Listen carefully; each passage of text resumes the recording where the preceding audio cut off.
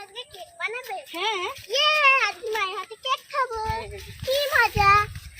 নমস্কার বন্ধুরা, Sneha kitchen with village food ব্লগে আপনাদের সবাইকে স্বাগত জানাই। আগামীকাল 25শে ডিসেম্বর অর্থাৎ বড়দিন, আর এই বড়দিন উপলক্ষে খুবই কম খরচে এবং কম সময়ের মধ্যে সম্পূর্ণ ঘরোয়া পদ্ধতিতে বানাবো টেস্টি কেক, তাও সেটা আবার ময়দা, ডিম, বেকিং পাউডার ছাড়া। দোকান থেকে তো আপনারা কেক কিনে খান, কিন্তু দোকান থেকে কেক না কিনে বাড়িতে খুবই কম খরচের মধ্যে বানিয়ে খান, দেখবেন খুবই ভালো লাগবে, সেটাও আবার খুবই টাটকা জিনিস। এই বলেছিলাম খুবই অল্প খরচে বানাবো এবং সেটাও হবে খুবই টেস্টি। তো এখানে কেক বানানোর জন্য আমি যে সমস্ত উপকরণগুলো নিয়েছি, 6টা ওরিও বিস্কুটের প্যাকেট, একটা ইনো, একটা আমুল দুধের প্যাকেট, এখানে নিয়েছি 1 বাটি চিনি, আর এটা কি, হ্যাঁ, এই সমস্ত উপকরণগুলো আমার কেক বানানোর জন্য লাগবে। তো কিভাবে আমি কেকটা বানাচ্ছি প্রথম থেকে শেষ পর্যন্ত দেখতে থাকুন। আজকে আমার মা কি কত বড় কেক বানাবে মনে হচ্ছে। কি মজা! আমার মা কি বানাবে, কি মজা! হ্যাঁ, প্রত্যেকবার তো দোকানের বানানো কেক কিন্তু আমার হাতেই খাবো। এবার থেকে আমার জন্মদিনে তুমি কেক বানাবে। চলো, খুব মজা লাগছে। প্রথমে বিস্কুটের প্যাকেটগুলো কেটে একটা পাত্রের মধ্যে ঢেলে নেব। আস্তে আস্তে রাখো, আস্তে আস্তে, ভেঙে না যায়। ওয়াও, সুন্দর দেখতে। আস্তে রাখো, পড়ে যাবে। হ্যাঁ, আমরা একটা ফুল বানাই, আর মা এখানটা রাখতে হবে। হ্যালো,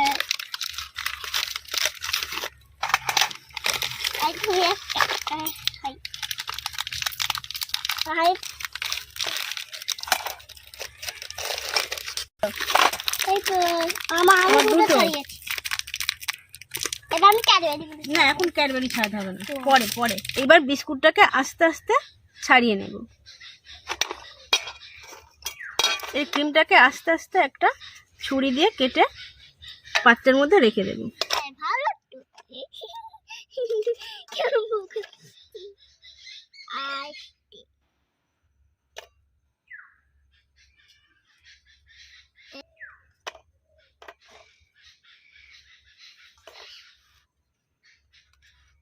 উপরে উপরে রাখো। কোথায় গেছে?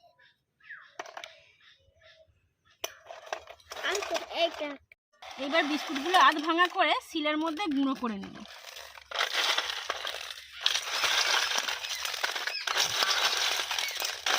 মানুষ পুরো চকলেট কেক হবে, হেভি লাগবে।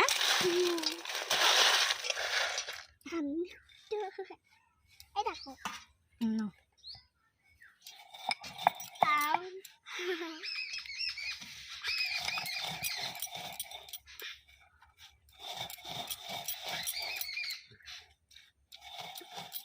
কত গুঁড়ো হয়ে যাচ্ছে, কি সুন্দর লাগছে দেখো দেখতে।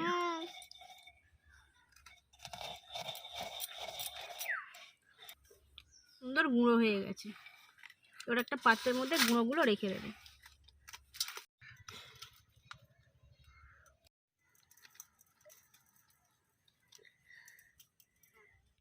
এবার চিনি গুঁড়ো করে নেব।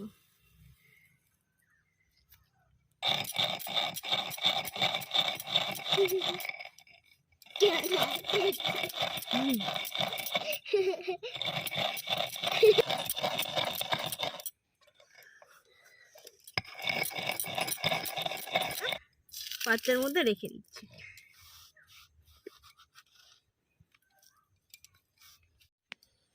এইবার একটু গরম জল তৈরি করে নেব গুঁড়ো দুধটাকে গোলার জন্য।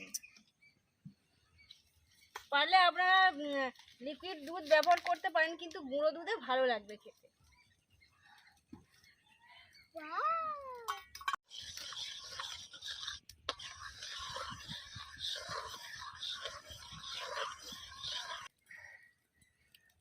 দুধটা একটা পাত্রের মধ্যে নামিয়ে নেব। অল্প কিছুটা চিনি দিয়ে দেব। কেকটাকে সাজানোর জন্য আমি একটা ক্রিম বানিয়ে নিচ্ছি। জলের মধ্যে অল্প পরিমাণ চিনি দিয়েছি, ওর মধ্যে ক্যাডবেরি দিয়ে দেব, দিয়ে একটা সুন্দর ক্রিম তৈরি করে নেব।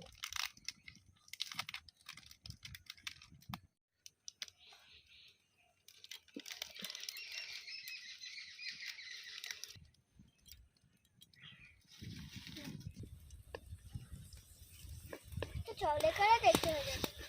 মিক্স করে নেব চিনির জলের মধ্যে।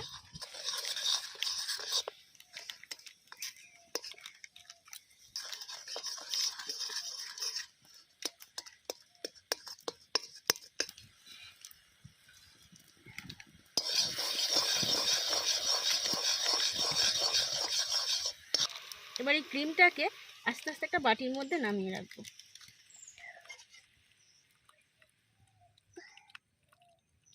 বিস্কুটের ভিতর ক্রিমগুলো ছিল সেগুলো আগে থেকে ছাড়িয়ে রেখেছিলাম, সেই ক্রিম কিছুটা আমি একটা বাটির মধ্যে নিয়ে নেব।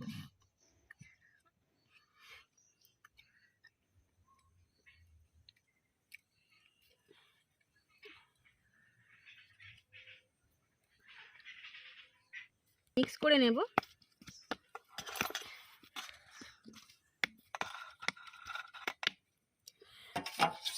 এর মধ্যে 1 চামচ দুধ দিয়ে ভালো করে মিক্স করে নেব। কি সুন্দর হচ্ছে।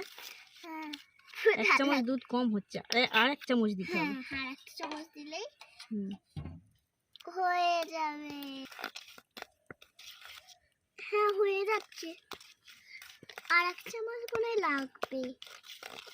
2 চামচই যথেষ্ট। হ্যাঁ,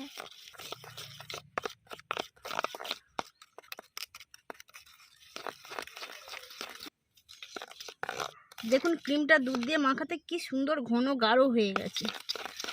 আরো ভালো করে মিক্স করে নিতে হবে। প্রায় 2 মিনিট ধরে আমি মিক্স করব। এবার বিস্কুটের গুঁড়োর মধ্যে চিনি গুঁড়ো দিয়ে দেব। বিস্কুটটা যেহেতু মিষ্টি সেই জন্য বেশি চিনি দেব না, অল্প পরিমাণে চিনি দেব।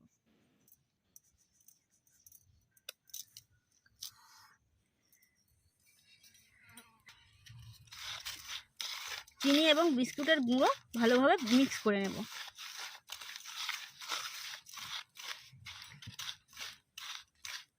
এরপর অনেকটা সাদা তেল এর মধ্যে দিয়ে দেব।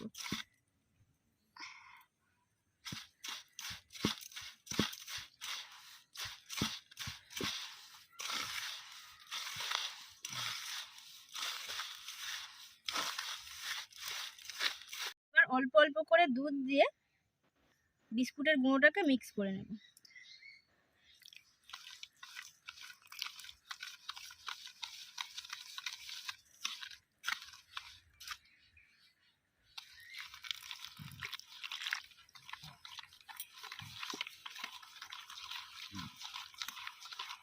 দেখুন মিক্সটা কত সুন্দর হচ্ছে।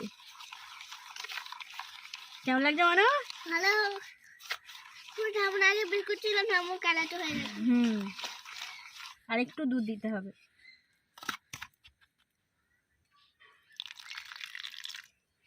ব্যাস এই দুধটাতেই হয়ে যাবে।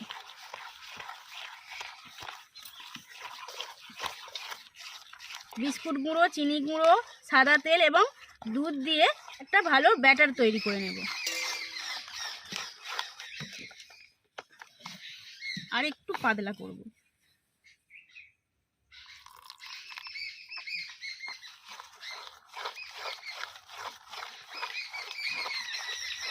এটাকেও প্রায় 5 মিনিট ধরে মিক্স করে নেব। যত ভালো মিক্স হবে কেকটা তত টেস্টি হবে। এই ব্যাটারটার মধ্যে আমি ইনো দেব, আর এই ইনোটা দিলে আর বেকিং পাউডার কিংবা বেকিং সোডা দেওয়ার কোনো দরকার নেই। যেহেতু অল্প খরচে বানাচ্ছি, হাতের কাছে আমি অল্প খরচের মধ্যে ইনো পেয়ে গেছি, ইনোটাই আমি ব্যবহার করছি। পুরো একটা গোটা প্যাকেট ইনো এর মধ্যে দিয়ে দেব।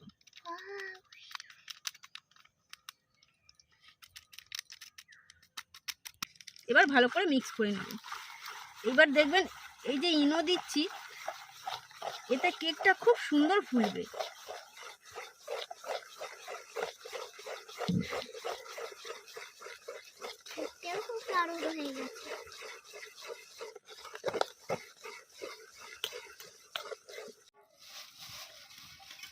কেকটাকে বসানোর জন্য কড়াইতে আমি কিছুটা বালি দিয়ে দেব। পারলে আপনারা খাবার নুনও ব্যবহার করতে পারেন।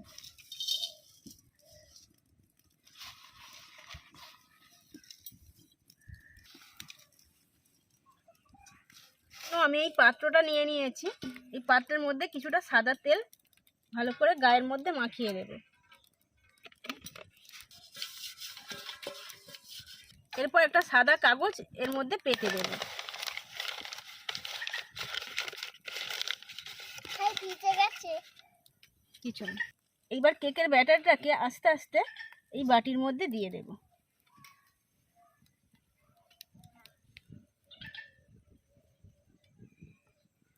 কি সুন্দর লাগছে, পুরো চকলেট পড়ছে। হ্যাঁ মানু দেখো। হ্যাঁ, আর এদিকে চকলেট খাচ্ছে। চকলেট বানাচ্ছি, দেখো কেমন মোটা হয়ে গেল। দেখো মোটা হয়ে গেল। যাতে ভালোভাবে চারিদিকে ভালোভাবে চেপে যায়, কোথাও না ফাঁপা থাকে। হাঁড়ি রাখার জায়গা আমি বালির মধ্যে বসিয়ে দেব, দিয়ে কেকের বাটিটা ওর উপরে বসিয়ে দেব। ঢাকা দিয়ে দিয়েছি। এরপর 30 থেকে 35 মিনিট হালকা আঁচে কেকটা তৈরি হতে থাকবে। বন্ধুরা, আমার এখন হাঁটতে যাওয়ার সময় হয়ে গেছে, তো আমি চলে যাব। ক্রিম আছে, সেই ক্রিমগুলো আমি একসাথে মাখিয়ে নেব। এর মধ্যে গুঁড়ো করে রাখা চিনি কিছুটা দিয়ে দেব।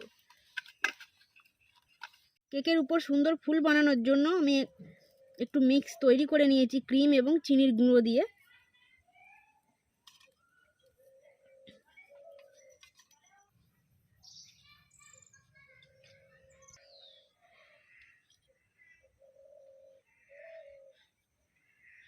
দেখুন, নাহলে খুব সুন্দর গোলাপ ফুলের মতো তৈরি হয়েছে। এবার এটাকে আমি মাঝখান থেকে অর্ধেক করে দেব।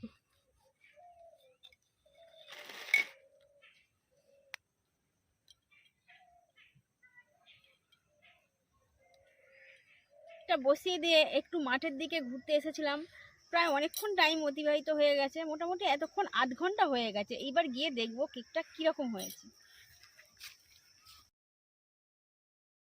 ঢাকনাটা আস্তে আস্তে খুলবো।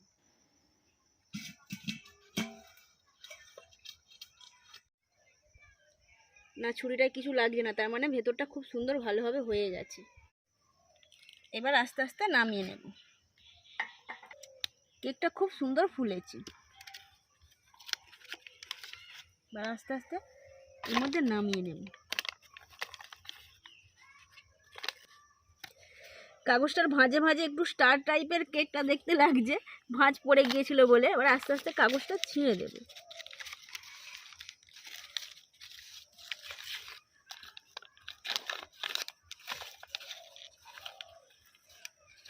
বেকিং পাউডার এবং বেকিং সোডা ছাড়াই কত সুন্দর ফুলেছে এবং স্পঞ্জ হচ্ছে।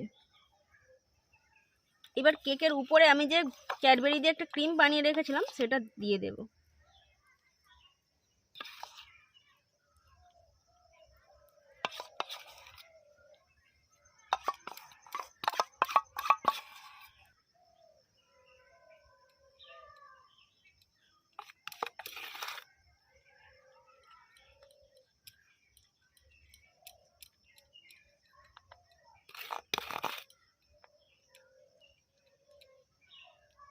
এরপর একটা একটা করে গোলাপ কেকের মধ্যে বসিয়ে দেব।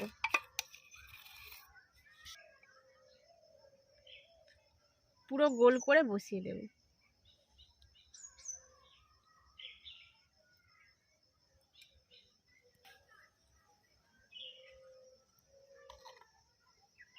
কেমন হয়েছে টেস্ট করব। আমার মেয়ে আমার সাথে ছিল, কিন্তু ও আঁকার ক্লাস আছে বলে আঁকার ক্লাসে চলে গেছে, এসে খাবে। বাধ্য আমি একাই খেয়ে দেখাচ্ছি।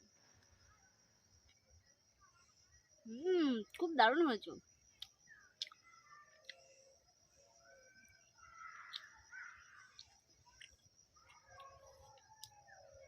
তো বন্ধুরা, এরকমই খুবই কম খরচে এবং কম সময়ের মধ্যে আপনারা বাড়িতে এরকমই পদ্ধতিতে বানিয়ে খাবেন, দেখবেন দারুণ লাগবে।